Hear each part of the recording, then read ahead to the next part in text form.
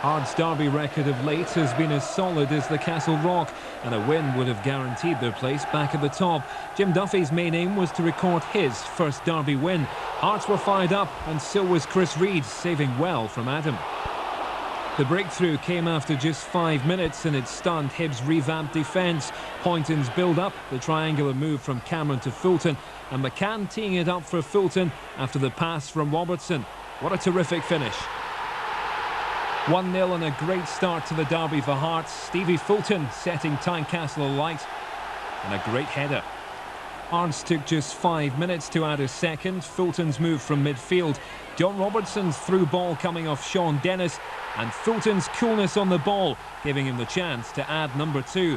A fine build-up, defensive errors giving Hearts a significant 2-goal lead.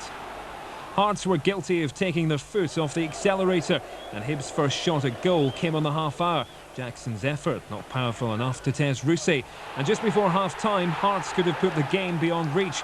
Robertson's free kick, and Adam forces Chris Reid to save on the line. Hearts made the mistake of allowing Hibs back into the game after the interval.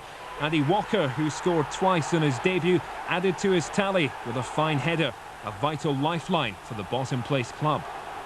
Stevie Fulton, with 2 under his belt, was determined to make it a hat-trick, and again Chris Reid kept Hibs in the game with some fine goalkeeping, again stopping Cameron in his tracks also. Andy Walker was eager to level it, and from Dow's cross he only had to beat Rousset. The keeper was well positioned.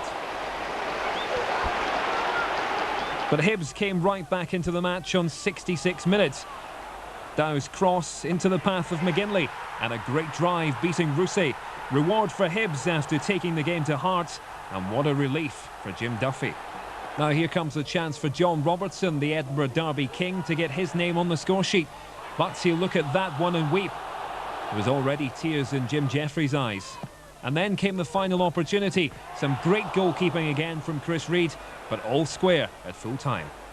Yeah, great stuff in the Capital Derby yesterday. Charlie was there. Were you surprised Hibs came back as well as they did, Charlie? Yeah, I was. I've got to say that. In the first half, I thought Hibs were very, very poor. A bit like Rangers' second half today. Didn't defend at all well at times. Throughout the team, not just in the main defence. But Hearts were cruising at 2-0. And at half-time, you just didn't see any way back. But credit to Hibs, they come back. They responded really well.